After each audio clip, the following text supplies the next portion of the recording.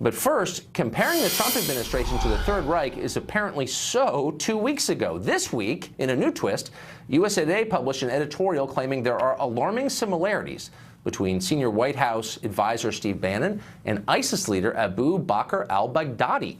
Justification? Apparently both see the battle between the U.S. and radical Islam as a clash of civilizations or something.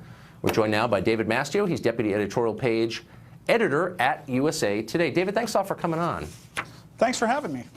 So I don't think we're overstating. The lead of this piece is basically the claim that Steve Bannon and al-Baghdadi of ISIS share a similar worldview. In fact, that's a verbatim quote. So I want to play a quick game with you. It's called Who Did It? I want to put up on the screen the record of Steve Bannon and al-Baghdadi. Okay, so I'm just going to go quickly through and we're going to see who did what. Number one, beheaded journalists. Okay, Baghdadi. Used chemical weapons on the Kurds, also Baghdadi. Employs child soldiers, another for Baghdadi. Mass executions of Christians. Declared a caliphate. You're getting the point here. And by the way, I don't think Bannon has murdered a single Yazidi. So I get that you don't like Steve Bannon. Totally legitimate. Problems with Steve Bannon, I understand. But comparing him to the head of ISIS, over the top, no?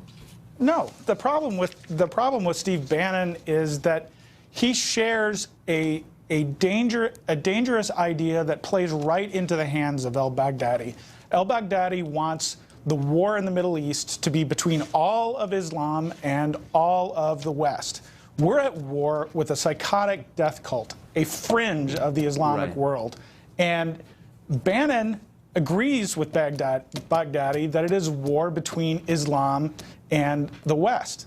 We don't need to give Baghdadi that propaganda victory. And when the strategic advisor, the strategic leader of the White House bumbles into giving a strategic victory to our enemies, that's a really big deal. Okay, I guess there's a couple of obvious points. One, presumably, Baghdadi is talking about a literal war, indeed he's waging one, whereas Bannon is talking about some sort of metaphorical war because he hasn't, as previously noted, done the things we listed on the screen. He hasn't actually committed any atrocities. Baghdadi has. Therefore, well, neither it's an entirely different scale. Neither has Barack Obama, neither has Donald Trump, but all three of them are leaders of the United States in our war with this fringe death cult of al-Baghdadi. Right, no, just because they don't pull the trigger doesn't mean that they're not responsible for the war. Well, I mean, Bannon's been there a matter of weeks. I mean, you're not accusing him of atrocities, are you? No, yet? Certainly. Oh, okay. So I want to take your accusation seriously, but I just first want to establish that saying that he shares a similar worldview with the head of ISIS is really disproportionate in scale, and it's overstatement, and it diminishes, I think, your point. That's my view. You disagree. But let's get to what you said here. You're going after him in part for using this phrase in a radio interview. He said, Bannon said, quote, Islam is not a religion of peace, but of submission. Now, I think you'd agree as a journalist that truth is a defense, and as it turns out, the word Islam comes from the Arabic root for the term that means submission. And so why is it out of bounds to say that? It's not out of bounds to say that. And of course, in the piece, we talked about many of his quotes. And of course, that was the first one that you listed. We had our investigators listen to hundreds of hours of his comments on his radio show, and the overarching idea that that the West is at war with all of Islam, that it's not just a fringe death cult of murderers and crazies that we're after, is at the center of his ideas. Okay, and it's disruptive. You're skirting a direct question, though, and that is, you listed this after the many hours your investigators, as you just said, listened to his tapes. You came up with him saying, Islam is a religion of submission. And I would just remind you that according to Islamic scholars, including those in this country, that's literally true. So why would you include that in the piece? Why is it offensive to say something that's literally true? What's wrong with that? If that were all that he said, that would just be a statement of fact. But you included it in a 400-word piece, so like why put that in there? You're completely dodging the central argument, and you're not answering the argument. How is the We've got time. I'm just asking you to respond to something that you wrote and explain it. How is the West at war with all of Islam? How does that advance our goals in fighting the Islamic State and Al-Qaeda and the other horrible terrorist groups that are all across the Middle East. Well, if you're asking me that question directly, I would say that demonstrably the West is not at war with all of Islam, or even with a large percentage of Islam. But I guess what then we agree. Objected to, hold on, but here's the problem with your piece and with so much of our dialogue on this subject, is that it treats actual truths as verboten. There's something naughty about saying something that's literally true.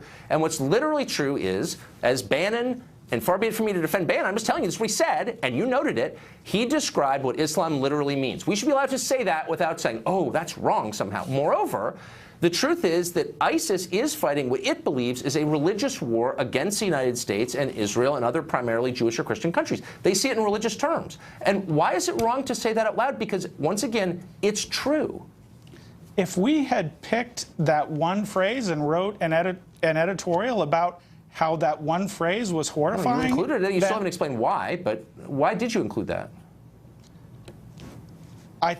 In the context of the editorial, it's all explained, you know. Well, I don't know. Right You're on there. TV now. Tell me why that's okay. Whatever. You're obviously not going to answer the question. You're not going to answer the question. But you're making the point that it's somehow wrong. You're still dodging the central point. In fact, you've agreed with the exact reason that we have criticized Donald Trump's advisor. Now, the question for saying that Islam is a religion of peace, for saying that there's a religious component to it, that is true. And if you can find a quote where Steve Bannon or anyone else in the administration says we're at war with all Muslims, I will say on TV that's insane and it's untrue. I would never defend that. That's just not accurate. But I don't see, you didn't produce any quote like that. Instead, you produced quotes like the one that I've repeated 3 times and you haven't accounted for. So just to the point, you seem uncomfortable with acknowledging what ISIS has no problem acknowledging, which is they're motivated by religious fervor. It's Islamic religious fervor. They don't speak for all Muslims, far from it, but they're still acting out of what they see are legitimate Islamic beliefs. I absolutely agree with you that they believe that they are an Islamic group, but the West is not at war with all of Islam, and has Bannon said, has anybody in the administration said the West is at war with all of Islam? I mean, that's a nutty statement, and again, I would never defend that. That's insane. Has anybody said that? Cite the time and place, and I'll denounce it, but you can't because they haven't, as you know. So come on, let's just be adults here for a second. They didn't say that. You're creating a straw man. Let me ask you this. Do you think that ISIS is waging what it believes is a religious war? And if you don't, then why are they targeting and murdering Christians? Why did they eliminate all 60,000 of them in Mosul? We didn't write anything saying that ISIS does not believe that they're fighting a religious war. Okay, so what is wrong with saying that they're acting out of what appear to be religious motives? How does that hand them a propaganda coup? Why is Steve Bannon or anybody in Washington? That's not what he is saying. Okay, well, tell me what I mean, just give me an example of what you think is wrong that he said. It's not in your piece, but perhaps you have a reserve from all the research your researchers have been doing. I want to know. If you've got someone at the sitting in an NSC meetings who think we're at war with Indonesia, then that's like a massive problem for all of us. So reveal the information that you've gathered and convince me that he's the same as Baghdadi. Do you have it? Tucker, this is a cheap shot. I mean, I can't sit here. It's not a cheap shot. You just wrote a piece that compared the guy to Al-Baghdadi, and I'm saying back it up. I'm one editor on an editorial board. I didn't write this piece. You just made that up. Oh, okay, you didn't write the piece. I'm sorry. I assumed you were coming to speak on behalf of the editorials. If you're on the editorial board, if you want to defend the editorial, that's fine. I am here to speak on behalf of the editorial board. And in fact, we told the White House and we told Steve Bannon that we were writing this piece. We sent them emails and asked them to write an opposing view. They chose not to. Okay, I mean, whatever. Maybe, I don't know. Maybe they should have. I don't know. I don't run USA Today. So let me just ask you a couple other questions. I'm just interested in them. So the idea is that it's crazy to be worried, and I think you basically say that his dubious theories about clashing global religions, his, quote, overwrought fears. Now, he may have overwrought fears. I don't really know him. Maybe he does. But a lot of Americans are kind of worried about the expressions of Islam they see on the news every night, and they're thinking if a lot of people like that come here, it's bad for America. You think those are overwrought fears? Why would people have those fears, do you think? Well, I can certainly understand why people think that there's an extreme fringe of Islam that we need to fight. That's something that Republicans and Democrats have agreed for a long time. But in order to thrive, al-Baghdadi and the Islamic State need to convince a broad population in the Middle East that the West is after them, and we don't need to give them that propaganda victory.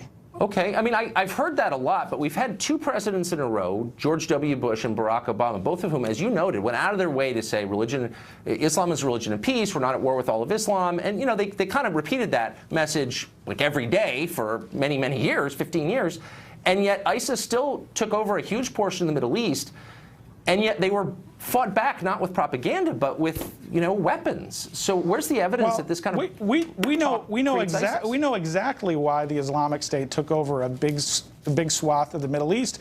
Any listener to Fox News knows why, because President Obama withdrew our troops prematurely from Iraq, and the remains of Al-Qaeda in Iraq became the Islamic State.